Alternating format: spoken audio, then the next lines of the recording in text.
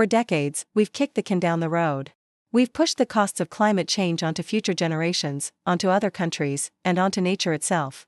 We've treated it like a credit card with no limit. But the bill is finally coming due. Welcome to what we're calling the Great Reckoning. This isn't some distant, abstract future. We're talking about the next couple of years. By 2026, the costs we've managed to avoid are going to hit us, hard and at a massive scale. This isn't just another warning, it's a structural shift in our global economy. Let's break down what this reckoning looks like and how it's already starting to unfold. It happens in three main ways. First, we're hitting physical and economic tipping points. What used to be rare, one-off climate events are now becoming persistent and incredibly expensive. Think about the extreme heat waves in South Asia, the crippling droughts in the Horn of Africa, or the supercharged cyclones smashing into coastlines. We're already seeing these events slash agricultural yields by 8 to 15% in crucial food-producing regions. That means more volatile food prices for everyone. And it's not just about farming. For vulnerable coastal nations, the cost of just repairing infrastructure from storms and rising sea levels is starting to exceed 5 to 7% of their entire GDP. These aren't one-time recovery efforts anymore, they are a constant, structural drag on their economies, year after year. The physical world is sending us a very clear, and very expensive, message. The second mechanism is financial. The markets are waking up. For years, climate risk was something you'd see in a footnote of a report. Now, it's front and center. We're seeing a massive repricing of risk and a huge shift in where capital is flowing. Insurance companies are pulling out of high-risk areas altogether, or jacking up premiums by 200 to 400%. Imagine your home or business insurance suddenly tripling or quadrupling in price, or simply becoming unavailable. Credit rating agencies are also getting in on the act. They're starting to downgrade the debt of companies and even entire countries that are heavily exposed to climate risks. This makes it more expensive for them to borrow money, creating a vicious cycle. And then there are stranded assets, think of oil reserves that can't be burned, or power plants that become obsolete. The estimated value of these assets that will have to be written off is now climbing past $4 trillion globally. Money is moving, and it's moving away from risk. The third part of this reckoning is political. Governments are getting squeezed from all sides. On one hand, they're facing rising costs for disaster relief and adaptation. On the other, the public is demanding more action. This is creating immense fiscal pressure. In emerging economies, many have already borrowed as much as they can to adapt, and they're hitting a debt wall.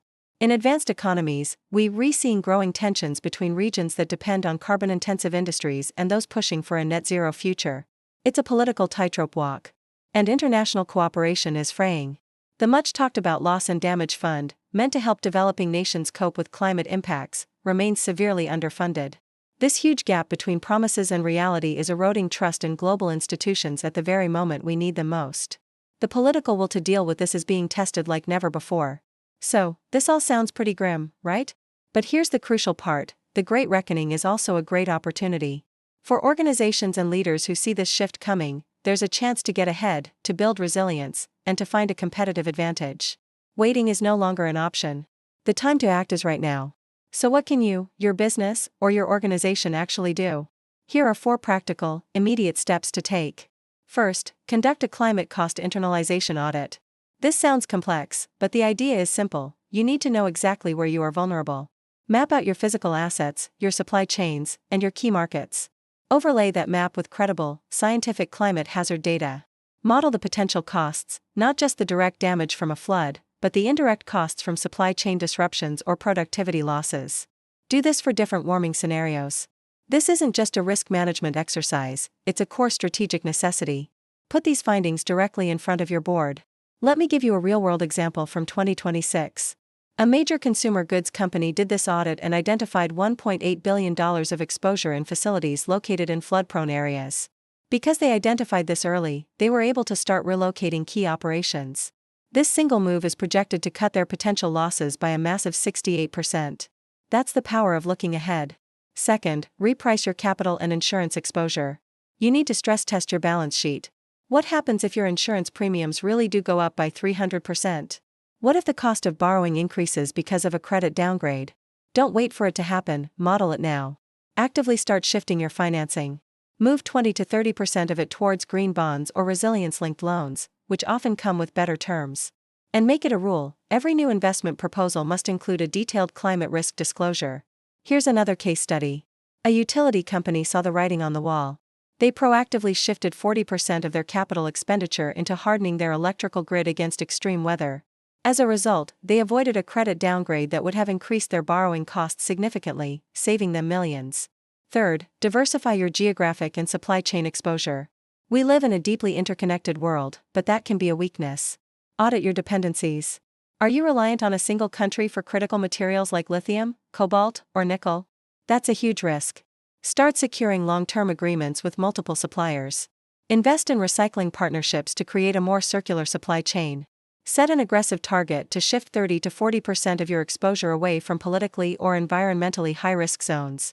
Think about the battery manufacturer who, back in 2025, started diversifying its lithium sources away from a single dominant supplier. When that country imposed export controls in 2026, their competitors saw prices for lithium spike by 70 to 90%, grinding their production to a halt. But this forward-thinking company? They maintained production because they had built a resilient supply chain. Fourth, and finally, build adaptive governance structures. The climate is changing fast, and your organization's decision-making processes need to keep up. Don't just do a climate report once a year. Run quarterly climate stress tests with teams from across your entire organization: finance, operations, legal, everyone. Build adaptive clauses into your contracts. This could include terms that allow for price adjustments based on climate-related disruptions, or expanded force majeure clauses. And here's a powerful idea: create a dedicated resilience task force. Give them the authority and the budget to make rapid decisions and reallocate resources when a crisis hits. An energy utility in Europe did exactly this. Their task force was able to reduce power outage durations by over 50% during a severe heat wave. This saved them an estimated €180 million in lost revenue and, just as importantly, maintained customer trust. The Great Reckoning isn't a single event on a specific date. It's a phase shift. The costs that have been deferred for so long are no longer in the future, they are arriving now. They are becoming part of the baseline reality for every business, every government, and every individual. Organizations that face this head-on, that internalize these costs, reprice their capital, diversify their exposure, and create adaptive ways of working will not only survive, they will thrive. They will be the resilient leaders of the next era. Those who continue to delay, who hope this will all just blow over, are making themselves unnecessarily vulnerable. The future is not about predicting the next disaster. It's just about building the capacity to withstand and adapt to a world where these challenges are the new normal. So, I want to turn this conversation over to you.